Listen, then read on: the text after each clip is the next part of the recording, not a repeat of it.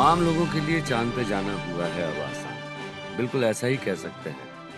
अब चांद पे जाने के लिए आपको अरबों खरबों डॉलर की खर्च करने की जरूरत नहीं है।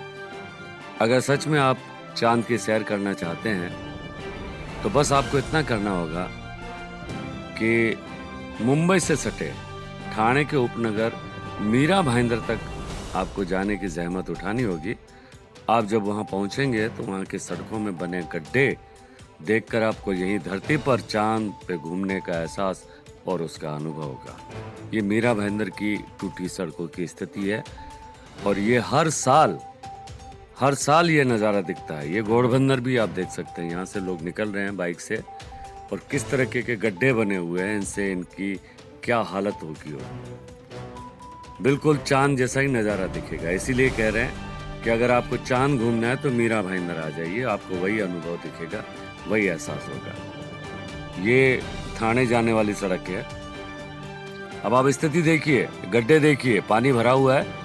अगर कोई बाइक सवार इससे स्लिप हो जाए तो दोनों टायर जो ट्रक के उसके बीच में आ जाएगा, मौत निश्चित है। ये आपको हम दृश्य दिखा रहे हैं वीडियो में, देखिए ये फ्लाईओवर है, वेस्टर्न एक्सप्रेस का फ्लाईओवर है। तो आप इसकी स्थिति देख सकते हैं। अब अंदर गलियों में क्या स्थिति होगी, वहां क्या नजारा होगा। ये मीरा भाईंदर प्रशासन का तरीका है सड़कें बनाने का और ये हर साल ठेके पास होते हैं और ऐसी सड़कें बनती है। आइए आगे देखते हैं। इन टूटी सड़कों को देखकर मीरा भाईंदर शहर के एक शख्स हैं, जागरूक नागरिक हैं, डॉक्टर मालखेड़े। पिछले साल भी उन्होंने इन गड्ढों पर एक रिपोर्ट बनाई थी और एमबी न्यूज के साथ शेयर की थी। उन्होंने बताया कि डॉक्टर होने के नाते मैं जो देखता हूँ, जो मैं महसूस करता हूँ, मैं चाहता हूँ इस पर कोई अंकुश लगे और इसे रोकना बहुत जरूरी है।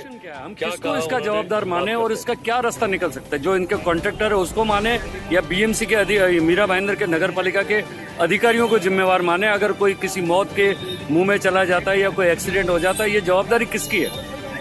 इसके जिम्मेदार वो लोग हैं जो कॉन्ट्रैक्ट देते हैं, जो पार्टी को कॉन्ट्रैक्ट दिया है, उन लोगों का भी ये जिम्मेदारी है कि प्रॉपरली काम करना चाहिए।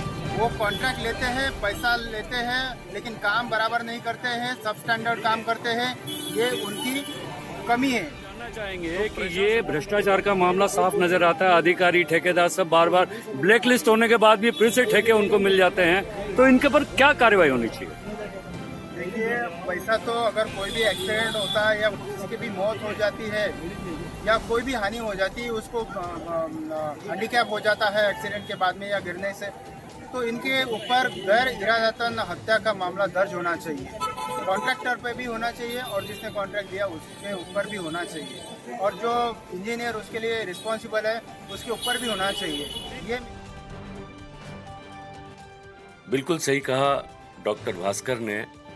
जब तक इन ठेकेदारों पर, मनपा कर्मचारियों पर, मीरा भाईंदर के कर्मचारियों पर और नेताओं पर कोई ऐसी अथॉरिटी, हमारा कोई कानून कड़ी कार्रवाई करेगा, तभी ये कुछ बदल सकता है। क्योंकि आप देख सकते हैं ये मीरा भाईंदर के मीरा रोड के पैंकर पाड़े की तस्वीरें हैं। ये मुख्य सड़क है और वहाँ इतने बड़े गड्ढे बने हैं जहाँ से ट्रैफिक जाम होता है, पोल्यूशन होता है। और जिस तरीके से गड्ढे बने हुए आप देख सकते हैं, इसमें ये ट्रक जा रहा है और उसके बगल से अगर कोई बाइक निकलती है और स्लो ट्रैफिक की वजह से वो स्लिप होता है तो यकीनन वो इस ट्रक के दोनों टायर के बीच में गिरेगा, जिसका ट्रक ड्राइवर को भी पता नहीं चलेगा कि कोई शख्स उसकी गाड़ी के नीचे आ गया, उसकी मौत निश्चित है। अब ये सिलसिला हर साल चलता है, हर साल ऐसे ही लोग परेशान होते हैं और इन गड्ढों से गुजरते हैं, गंभीर चोटें लगती है, मौत के मुंह में भी जाते हैं।